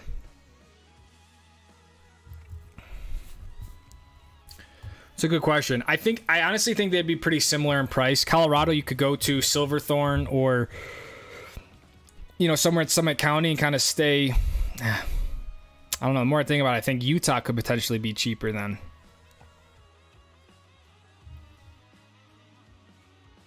I think your biggest expense on a ski trip is going to be the lodging and like the food. If you already have passes, you know, right? So the good thing with Utah, depending on where you're coming from, you fly to Salt Lake and you're basically already at the mountains. With Colorado, you'd have to fly to Denver, you know, then you're driving 2 hours to the mountains, right? So it's a little bit more in that regard. And again, Utah, it's so much more central. You can go to Salt Lake and you can go to Park City, Deer Valley, anywhere in the Cottonwoods. You can go up north to Powder Mountain, Snow Basin. That's literally 2, 4, 6. That's 8 resorts that you could go to. I'm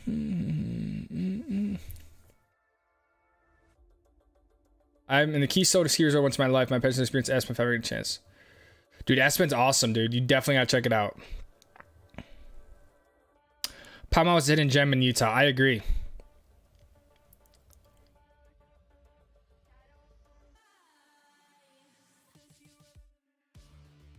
Yeah, I need to do a... I need to figure out the best way to do this.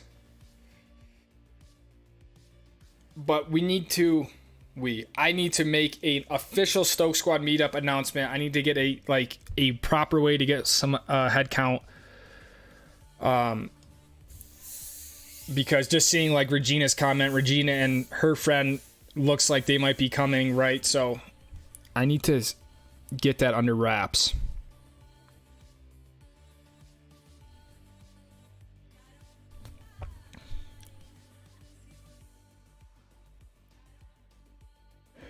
Where do you think would be the most snow sure place for November?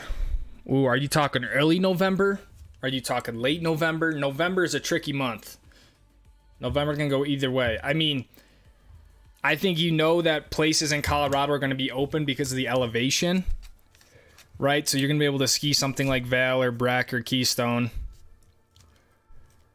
End of November, it can go either way.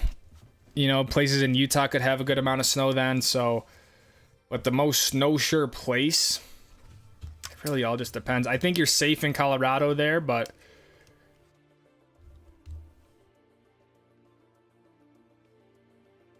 any Fed or UPS letter overseas costs more than you. I know, for sure. I just wasn't expecting it to be that much. Like, I can send that same UPS or US, whatever, USPS priority letter anywhere in the States for like $9.50. It's like, okay, it might be like $20. Go international with it, but I wasn't thinking 40.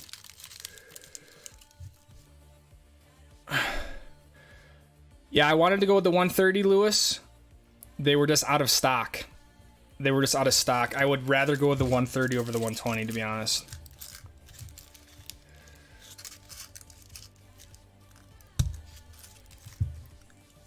I'm going to Breck in January, having never seen snow and being from Florida, but being very good at every other board sport. Do you think I can run a double black on my first day? I feel like I should open this up to the audience. A little bit more. What do you guys think? First day ever on snow. Never even seen snow from Florida. To me, I don't think you can. Not that I doubt your abilities at other board sports, but I think it's very bold to think you're going to go do a double black at Breckenridge and you've never seen snow before. I think it's dangerous. I wouldn't support it. And I think there's a difference between actually going down it and just like scraping your way down it. So I don't think that's my take on it. More or less for your own safety. I don't see the point in rushing a double black at Breckenridge. I mean, you're not talking like, you know, double black at Breckenridge is going to be potentially hike to terrain. You know, there's going to be cliffs, trees, rocks. I mean, it's not necessarily safe. So I would not recommend it for your own safety. But again, do it at your own risk.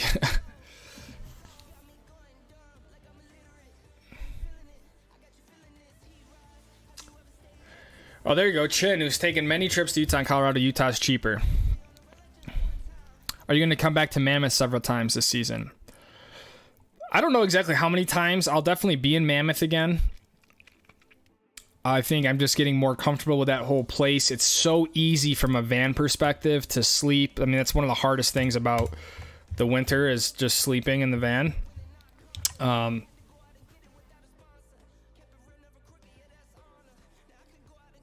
So yeah, I just don't know how many times, but personal question, what's your romance life look like? You think you'll settle down at some point or stay a nomad? I mean, I don't think I'll stay a nomad my entire life. I don't really have any plans, you know, in the future to like settle down, if that makes sense. I don't know. I would like to have some kids someday. I feel like I'm getting older to where that is becoming more and more a conversation. But I really do enjoy the nomad life. I think I'll always be some, you know, there will always be a nomadic element to my life. Whether that's, you know, I hope to one day get a house or something, but it doesn't mean I necessarily have to stop the traveling. But I don't know.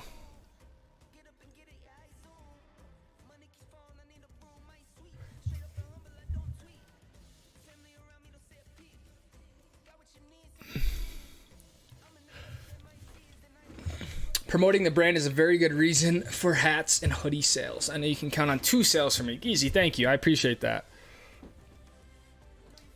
I need to make a decision on that. I was going to do a very limited supply of things anyways. So. Are we ready to team up with Abe and ski the Phantom lifts on the San Juan? Oh, I didn't know that. I actually met Dave McCoy when I was at Mammoth 2 weeks ago. He was with a bunch of his family at the top, and Abe obviously knows Dave McCoy, so.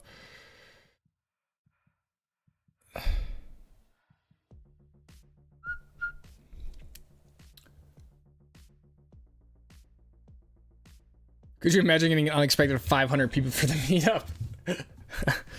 That we wouldn't be skiing if we got that many people. We won't get that, and I think we could potentially see 40 people for the meetup, and I just think even that, and like I said, if you think about trying to organize 40 people to ski, it's a lot of people. On 6-seater lifts, like it's a lot of groups, right? You have a lot of different personalities, a lot of different ski levels. So if I could at least get a better idea, are we gonna have 30 people? Are we gonna have 50 people? I just don't know.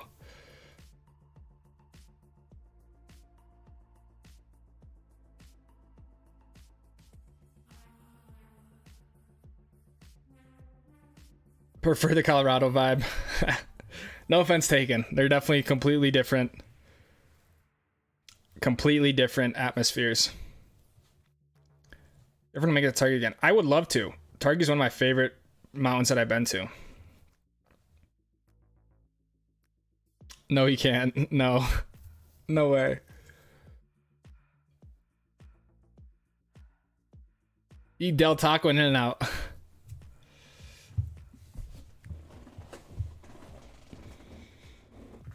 No way. Don't even try.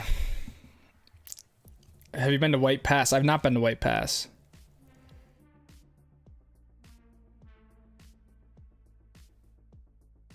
I'll have a helmet. I mean, I hope you have a helmet. I hope you have a helmet for the greens, dude. Especially snowboarding. I'm just saying, you're going to catch an edge. I don't know what edge is that. Is that your backside edge or your toe side edge, heel side edge, whatever? You're going to catch an edge, dude, and you're just going to slam right on your head. I hate to say it, but when I see new snowboarders, some of the falls that they take, I feel so bad. Or you're going to catch that front edge, and you're going to go smack right on your face.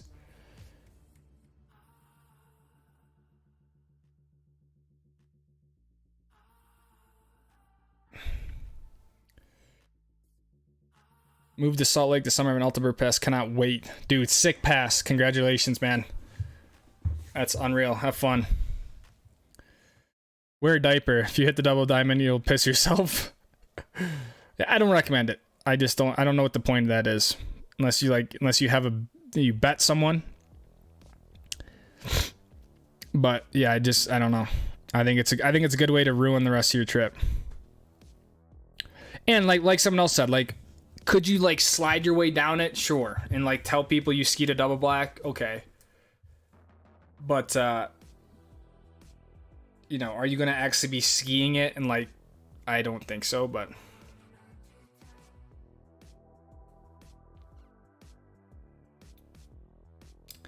you need a nomad wife who skis them on bikes. And I think that's the biggest thing. That's the struggle. You know, it's finding someone who supports the lifestyle, shares the same interests, and all that sort of stuff. I think is difficult. And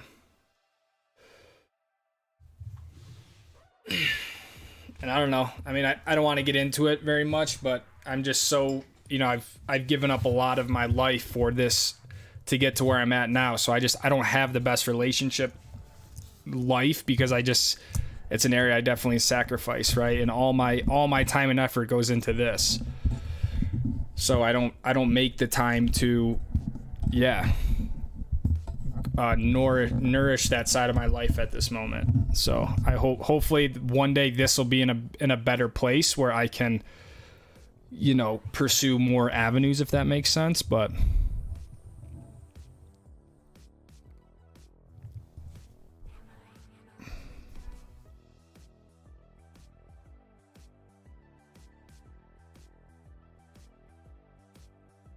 yeah, Geezy, the reason why you don't really see it in Utah is there's only one Vail resort in Utah, and that's Park City.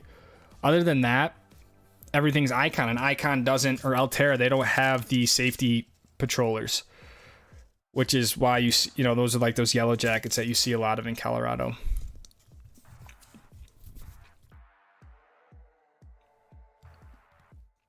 I would do a hat over a hoodie. My original plan was just do like a hat, a hoodie, and like a shirt. You know, 3 things, maybe 2 different colorways. Keep it very simple. Like I see people like put their logo on like a mouse pad or a coffee cup. Like they just put on everything they can access on the store. And like I don't see the point in that. I did want to make a Stoke Squad flag or like a pennant sort of thing. I think that'd be sick. And I can like, my plan was to then put it on a stick and fly it at the meetup. I'll just lead the pack with this Stoke Squad flag. It'd be sick. Or I'll get kicked out. One of the two. Either way.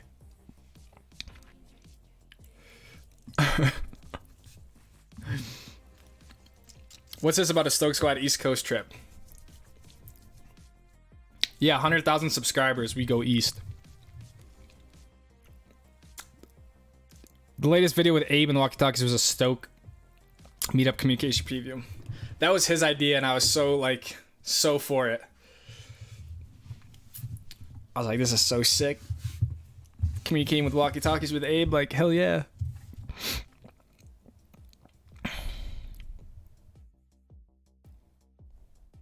It is, and as well as figuring out where to get lunch.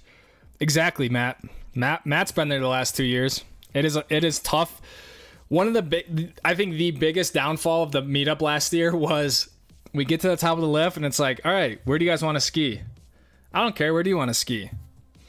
It doesn't matter to me, wherever you want to ski. And we have 20 people saying they don't care where we ski, so we just don't ski anywhere. So I think having more people,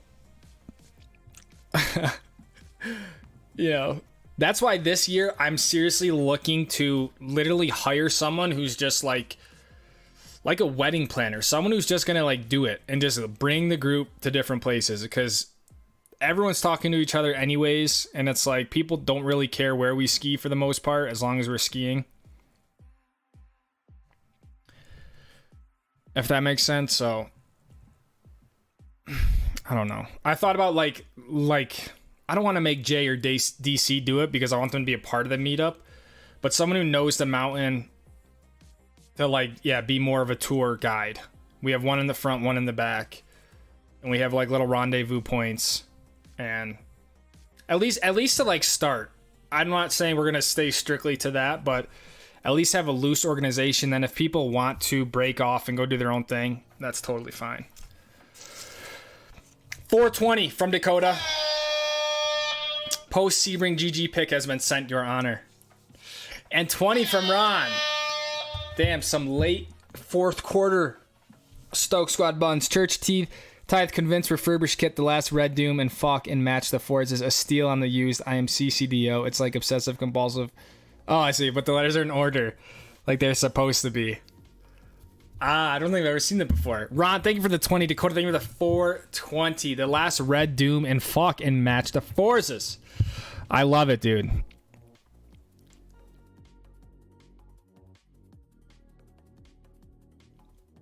I love it. Ron, Dakota, thank you guys. Jeff says for the meetup, maybe skew the intermediates in the morning, that the advanced expert runs in the afternoon. Very good. Very good point. I think it really depends how many we get. I think, you know, it's probably more common that we're going to have more intermediates, right? Yeah, it's tough. I mean, again, we're doing something that not a lot of people really do, so trying to find that yeah, because I want to give everyone time, right? A lot of people making trips out here for this, so. And at that point in the season, I just, you know, it's not important for me to go ski expert runs. I want to ski with you guys, you know.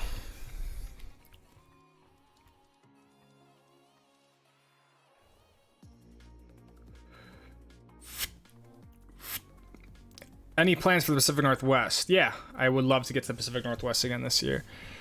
Still with Tara. Yes, I am still with Tara. Tara doesn't really ski, though. She doesn't really mountain bike. So that's why a lot of my 99% of my stuff is myself. So I don't know how that will change as things grow and whatnot, and another year goes by, but I think they don't realize how steep a level black is. Yeah. Right, it always looks easy on camera. It always looks easy on camera. It doesn't look steep, right?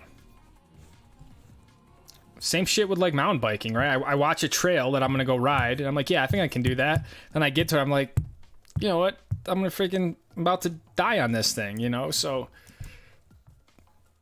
it always looks easier. It always doesn't look as steep, right?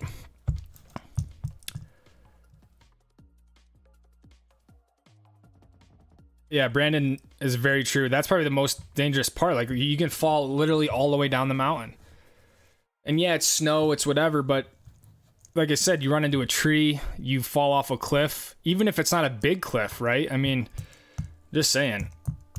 People get very jaded because it's just, oh, it's just snow, it's soft. So.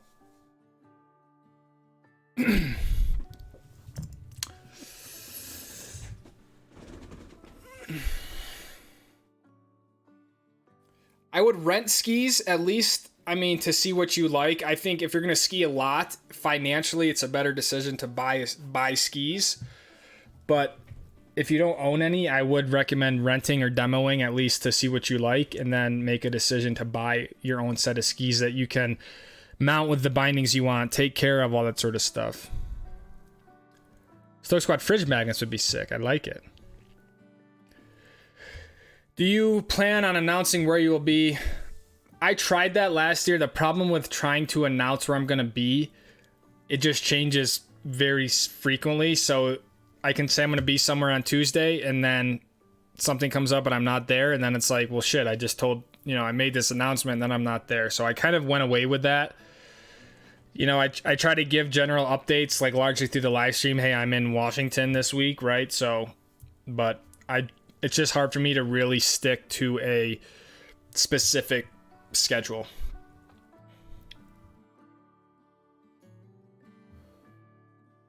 Don't we normally have 30 to 50 in here? We've had over... no, you're not oblivious. That's 30 to 50's a pretty common summer stream. But in the winter, we'll have... This is definitely solid for like before season, but in the winter, we'll have... I think the record is like 300. It gets pretty rowdy in the winter, especially November, December. The stream, the chat is very hard to even follow. So that's why we have moderators like Regina and Chin and Jay and Justin to try to help facilitate some of that. But this has been really rad to have 100 people. But yeah, it won't be uncommon to have about 200 in the winter. Are the Yellow Jackets as controlling as you hear about?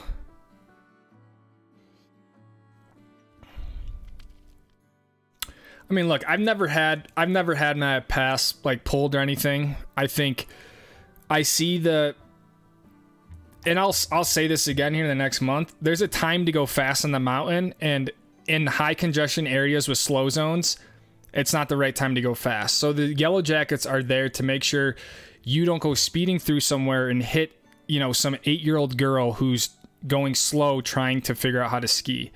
I see why they're there.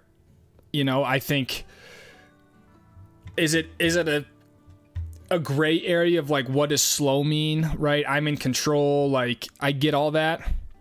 I just think the bigger thing is like there's a time and place to go fast, and it's not the time or place, you know, on a green run, right, with families and stuff. If you want to, then go to a more advanced area of the trail. I don't know. That's just my take on it. I don't think... I see the point. Do they have to take people's pass? No, but you also don't want to hear someone passed away or got injured because someone was going way too fast where they shouldn't.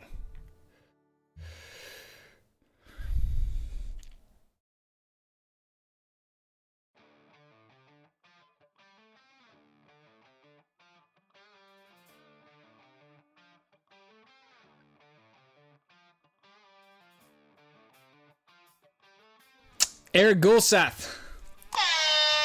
The Stoke button hasn't died yet. This is the end. Beautiful friend. This is the end. My only friend. The end of the relay. Plans the end of everything that stands.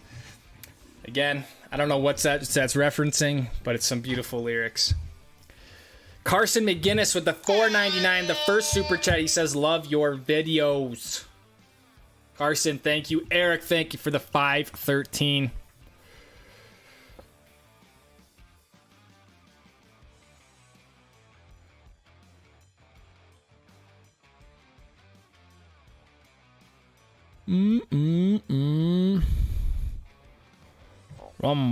The insulation on the van, I used Havelock sheep wool. I double stuffed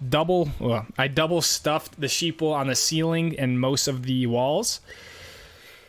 And I insulated every freaking nook and cranny I could find, from the roof rafters to the door panels. I mean, every place I could shove wool, there is wool. So I am basically living inside of a sheep. The sheep wool is from New Zealand, and it's probably what I attribute to my number one reason why the van is so comfortable in the winter. With the diesel heater, it can be 0 degrees outside, and it will be 70 degrees inside. So, Havelock sheep wool. I didn't want to go with spray foam or stuff like that.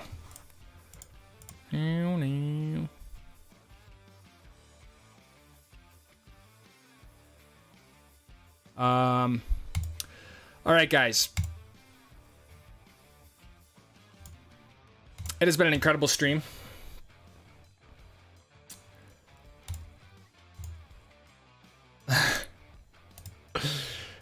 Usually we do the garage game with about 5 minutes remaining. We're going to give a little extra time because we had our second in-person meeting.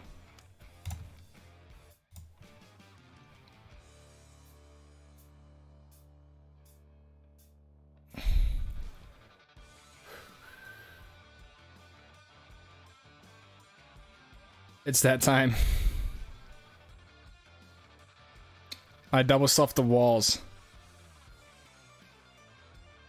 Yeah. Installation is extremely important. And again, that's why I want to make the van video, because I think there's a bunch of little things that I just don't talk about anymore because the van build was 3 years ago now. Image. Oh. Oh, okay.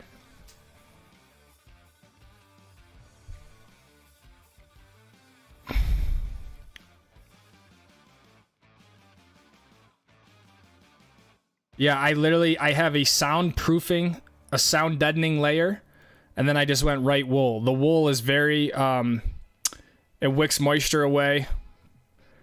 There's no smell, all that sort of stuff. I mean, I've been very, very happy with the wool, 100%. I've had no issues with mold or anything like that. And it's like, kind of like what better in my opinion, what better insulation than a sheep, right? Like, they know what they're doing.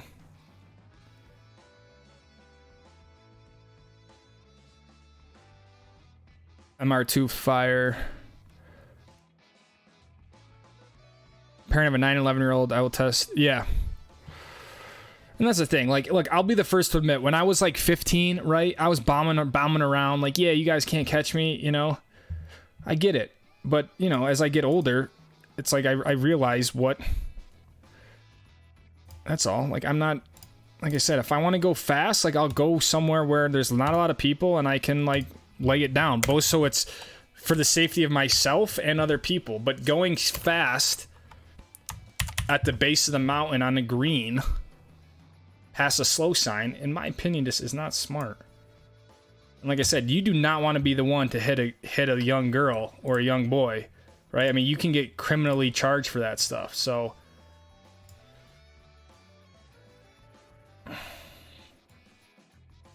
Just saying. Again, I would try to lead by example, and one of those things is having mountain etiquette. So... And you can, yeah. Whatever, call me what you want, but I think it's important. Alright, so here's the deal. Alright, if you guys don't know about the Garage Gang, it's hard to just throw you in there, but they've been on the channel for over a year now. They are here every single stream, whether it's just Dakota, whether it's a little crew like you see here, and at the end of the stream, they always send a photo, a real-time photo of what's going on. They are down in Florida.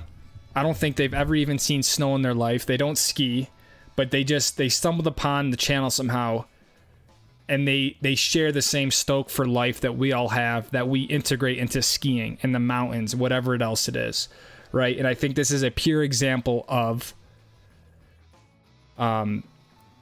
sharing the stoke regardless of the medium, right?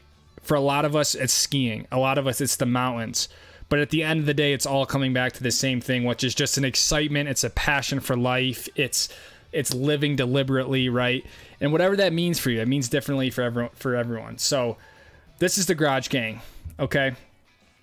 I was in Florida last weekend for a race in Orlando, and it's about 2 hours from them. So Dakota, who is I'll call him the ringleader up front, there was about 5 people who came down. We got them passes so they could come in free of charge and sort of go wherever they want. And Zach and Celeste was not there, but Dakota, the homie holding the dog, Kevin and Matt, these guys were also there. We also had Pablo. I'll just show the photo. Which one is it? So they came on Saturday. Here we go. In person. Second time.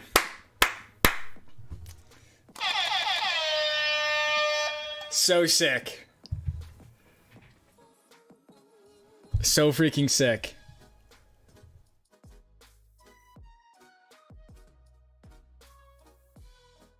I mean, that is an iconic photo. That's legendary.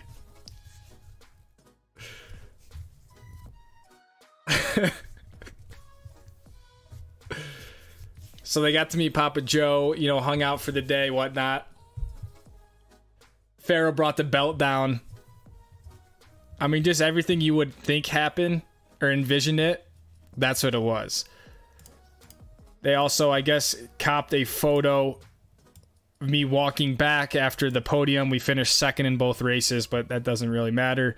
Dakota snapped that photo. So, but after that, they wanted a tire. So that is the tire that you see up in the top right. That is a used race tire. They took it back with them. They had all of us sign it on the team.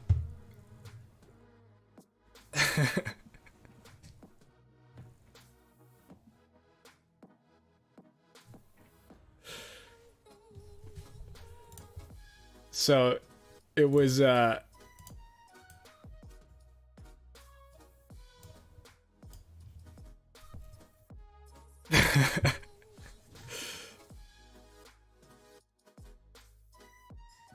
so that's the Garage Gang.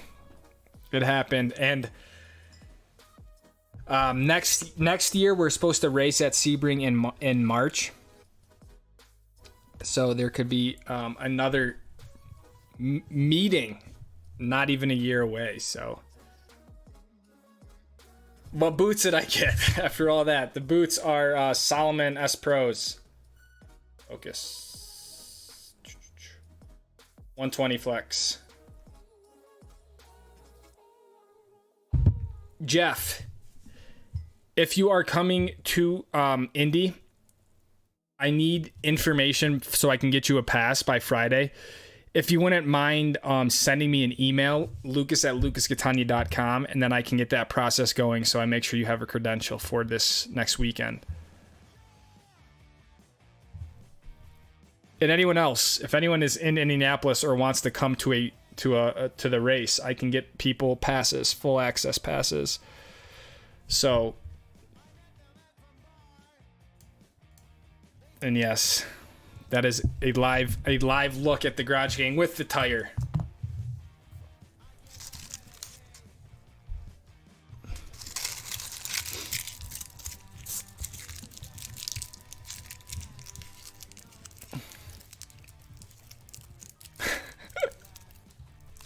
I feel so honored to have a part in the garage now.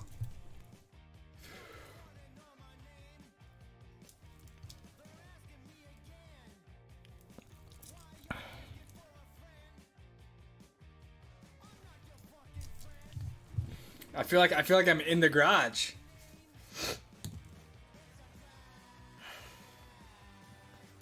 Let me get it past the F1. I wish I could get past the F1. I don't have that sort of hookup.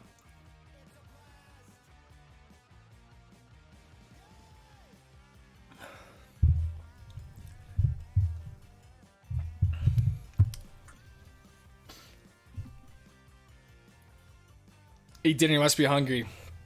I've been filling up on white chocolate and water. But yeah, I am hungry. It's gonna be that time.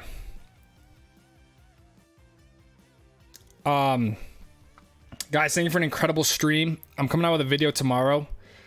A little bit more, a lot more story focused, but I don't know, it's something I want to put out on a powder day.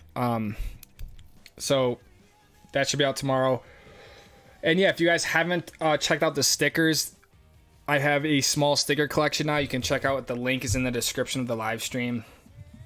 Other than that, guys, we are a few weeks out to our first opening day, so I appreciate everyone being here. Hope you guys had a fun stream. And that's it. I've been skiing for 25 years, let's say. I know, it's kind of... DC and his dad were there for 3 days. DC and his dad were there Friday, Saturday, and Sunday. And we didn't get a photo, actually.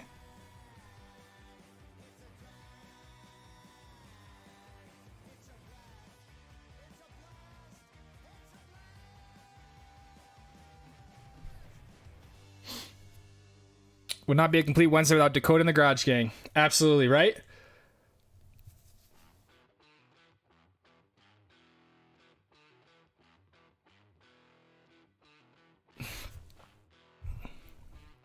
Thanks for another good one, homie. Jared, thanks for being here, dude. Mark, Dakota, Chin. Catch him real life in PC. Thanks, guys.